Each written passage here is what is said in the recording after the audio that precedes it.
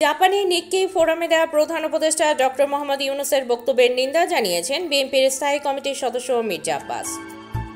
শুক্রবার দলটির প্রতিষ্ঠাতা জিয়াউর রহমানের শাহাদাত বার্ষিকী উপলক্ষে বিএনপির স্থায়ী কমিটির সদস্য মির্জা আব্বাস বলেছেন, খুব দুঃখের সঙ্গে এই কথা বলতে হচ্ছে, আজকে ডক্টর ইউনূস সাহেব জাপানে বসে বিএনপির বিরুদ্ধে বদনাম করছেন।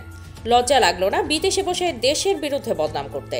তিনি বলছেন, একটি দল শুধু নির্বাচন চায়, আর আমরা বলতে চাই একটি লোক নির্বাচন চায় না, সেটা হচ্ছে ডক্টর ইউনূস।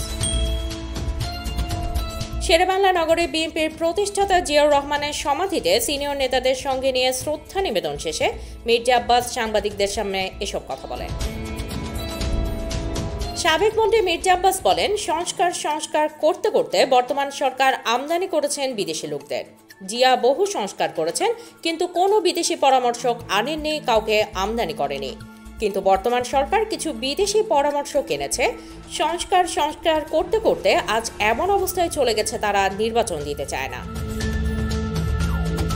মির্জা আব্বাস বলেন, ডিসেম্বরের মধ্যে জাতীয় নির্বাচনের কথা বিএনপির আগে ডক্টর ইউনূসই বলেছিলেন। এটা তারই প্রস্তাব।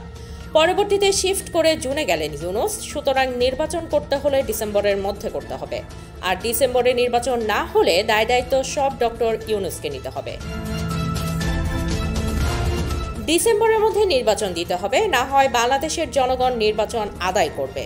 নির্বাচন না হলে এদেশের ভৌগোলিক অবস্থান ঠিক থাকবে না, বলেন আব্বাস। এই সময় উপস্থিত ছিলেন বিএনপির স্থায়ী কমিটির সদস্য গয়েশ্বর চন্দ্র রায়, সালাউদ্দিন আহমেদ, ডাক্তার AZM জাহিদ হোসেন সহ অনেকে।